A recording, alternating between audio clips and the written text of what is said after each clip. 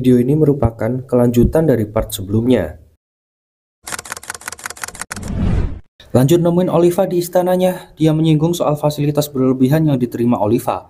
Oliva mempertanyakan keadaan Baki yang bertarung melawan Pickle. Menurut Yujiro, meski terlahir lemah, kini Baki mampu merepotkan Pickle. Dan mereka berdua pun saling bercanda dengan cara yang... Dan lanjut adu otot untuk menentukan siapa pemenangnya.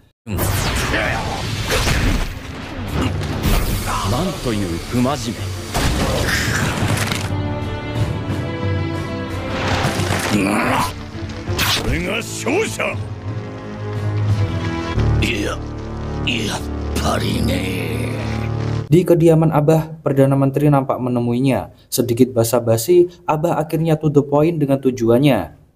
300 kg uang disiapkan sebagai bentuk kompensasi untuk mendapatkan persetujuan tak tertulis dari negara agar bisa menggelar pertarungan antara ayah dan anak nantinya. Lanjut rundingan antar kementerian, Menhan menyatakan bahwa Yujiro adalah pria paling perkasa, kekuatan murninya sungguh di luar nalar. Pak Menteri pun menyanggah, hukum negara Jepang harusnya lebih kuat dari pria itu, tapi kenyataan berbeda. Hal nggak enak menimpa menteri sebelumnya. Dia diserang di kediaman resminya, meski telah dikawal ratusan solipi huru-hara, namun dengan mudah Yujiro menerobosnya. Pernyataan itu didukung oleh Pak Mendikbud yang membenarkannya. Namun saat itu, Perdana Menteri memilih untuk bungkam demi menjaga ketertiban umum. Dan dia juga mengutuk tindakan sembrono Yujiro Hanma itu, karena bisa berdampak buruk pada pemuda bangsa. Oleh sebab itu, Pak Menteri berniat membatalkan permintaan Abah Tokugawa. Meskipun mereka memiliki senjata militer, namun pengesahan perjanjian antara Amerika dan Yujiro bisa jadi penghalangnya. Lanjut ke gedung sekretariat, Pak Ketua menunjukkan visual Yujiro pada Pak Menteri. Baru melihat wajahnya aja, dia menilai Yujiro layaknya iblis. Koser menjelaskan bahwa Yujiro adalah satu-satunya pria berkekuatan murni dan tentang perjanjiannya dengan Amerika itu adalah fakta. Meski coba dilenyapkan, namun risiko Amerika jadi musuh mereka akan jadi nyata. Dan faktanya, banyak negara yang ingin bersekutu dengan Yujiro Hanma. Tak bisa dipungkiri, Yujiro adalah senjata terkuat saat ini. Maka dari itu, semua orang berlomba-lomba dengan kekuatan yang saat ini mereka tekuni. Pindah ke latihan yang dipimpin oleh Stridem. Ini bukan lagi untuk bela diri atau sejenisnya. Ini memang diajarkan untuk kekerasan. Gak ada gerakan yang dilarang.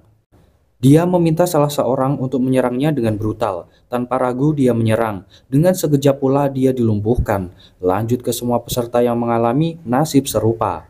Setelah memberi wejangan, dia menyuruh mereka untuk bubar. Dia lanjut menyiapkan beberapa racikan dan persenjataan untuk melawan seseorang yang dianggapnya teman.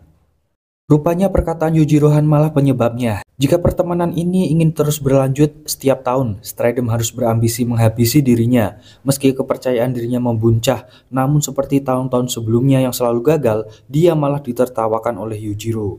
Dan Yujiro kecewa lagi kali ini. Masih pede, namun akhirnya Stridem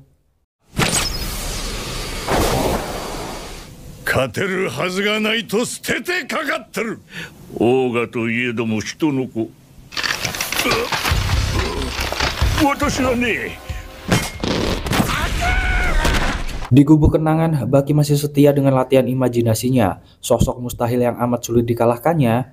Meski menurutnya belum sesempurna aslinya, namun imajinasinya benar-benar membuat seisi kota khawatir dibuatnya. Berlanjut ke pertemuan Yujiro dengan Abah Tokugawa, tak biasanya dia menanyakan kesehatannya. Abah pun kaget dengan perlakuannya. Dia pun marah-marah, dan entah kenapa tiba-tiba dia muntah darah. Yujiro pun meminta suster untuk segera memanggil dokter. Kini kemampuan spesial bertambah padanya, tatkala dia mampu melihat kelemahan siapapun yang dipandangnya. Lanjut ke Retsu yang ingin bergabung latihan dengan salah satu padepokan tinju. Namun melihat kondisi tubuhnya yang kurang lengkap, orang itu merasa bahwa nantinya Retsu sendiri yang akan kerepotan. Dia berjanji akan menjadi pelatih Retsu jika mampu memukul samsak itu dengan kerasnya. Tak mau direndahkan, Retsu berniat ngasih pembuktian dengan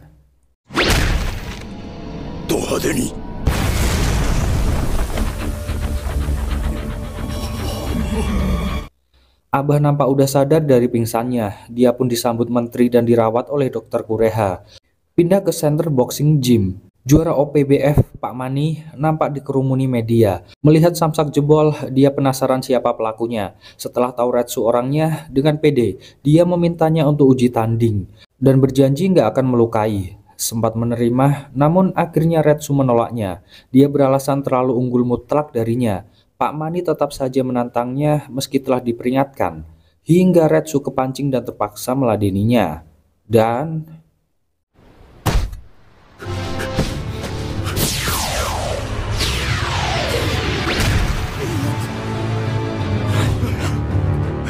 setelahnya, Retsu latihan seperti biasa. Namun, dia dimarahi pelatih karena tujuan Retsu di sini adalah berlatih tinju. Dia menyanggah dengan mengatakan, buat apa latihan kalau dia aja mampu merobohkan petinju serius dengan sekali pukulan. Dia pun menantang siapa aja yang berhasil merobohkannya, maka dia akan serius berlatih tinjunya. Pak Mani coba menenangkan, logika Retsu benar adanya, tapi dia juga mengingatkan bahwa Retsu kini harus berurusan dengan petinju di seluruh dunia. Pindah ke padepokan Shinshinkai, Baki nampak mengawasi di dalam. Katsumi yang kehilangan anggota tubuhnya berusaha menguatkan diri dan berniat menguasai teknik barunya. Dengan terus latihan hingga tiba-tiba Baki masuk, mengagetkannya. Dia memuji Katsumi yang tak terpuruk oleh keadaan. Dan Katsumi pun juga masih percaya ada sesuatu yang bisa diraihnya dengan kekurangan ini. Sambil adu juggling, mereka membahas tentang pertarungan ayah dan anak yang sebentar lagi digelar ini. Mengaku tak lagi membenci, namun Baki tetap memutuskan untuk melawannya. Sementara Abah mendapati sakitnya telah menyebar kemana-mana. Balik ke Baki. Dia kaget mendengar Retsu masuk padepokan tinju. Namun menurut Katsumi, Retsu akan tetap memakai teknik kungfunya nanti. Mereka tahu ini tak akan mudah. Meski tinju baru berusia 150 tahun, sedangkan kungfu udah lebih dari 4000 tahun. Namun secara objektif, olahraga modern itu perkembangannya melebihi kungfu. Dan Retsu pun berjanji akan bertinju sampai dirinya kalah. Melihat Retsu yang hanya latihan kuda-kuda, pelatih memintanya segera memakai sarung tangannya. Dia kedatangan seorang petinju murni seperti keinginan Retsu. Track recordnya bisa dibilang istimewa. Secara fisik juga melampaui Retsu. Sang pelatih meminta Retsu memanfaatkan momen ini untuk belajar tinju sebaik mungkin. Saat pertandingan dimulai, analisa Retsu tentangnya benar semua. Hingga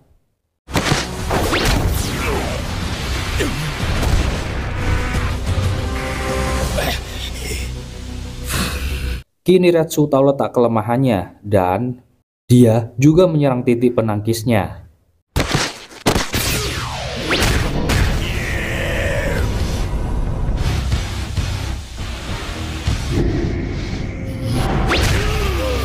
Pindah ke Yujiro yang lagi makan di warteg Jepang bersama Stridem. Dia nampak marah dengar pernyataan Stridem yang mengatakan bahwa Baki ingin makan bersama dengannya.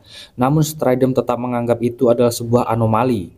Baki pun mempraktekkan apa aja yang akan dibahas oleh ayah dan anak normal lainnya saat makan bersama. Hingga ucapan yang disampaikan Stridem itu membuat Yujiro Hanma kepikiran.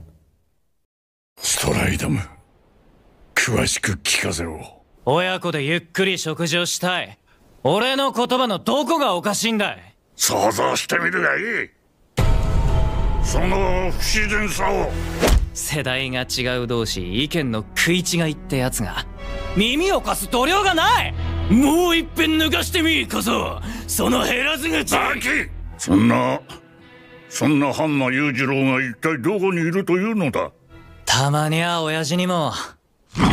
野郎、そんなことを。この俺が飯を炊く。飯炊きか。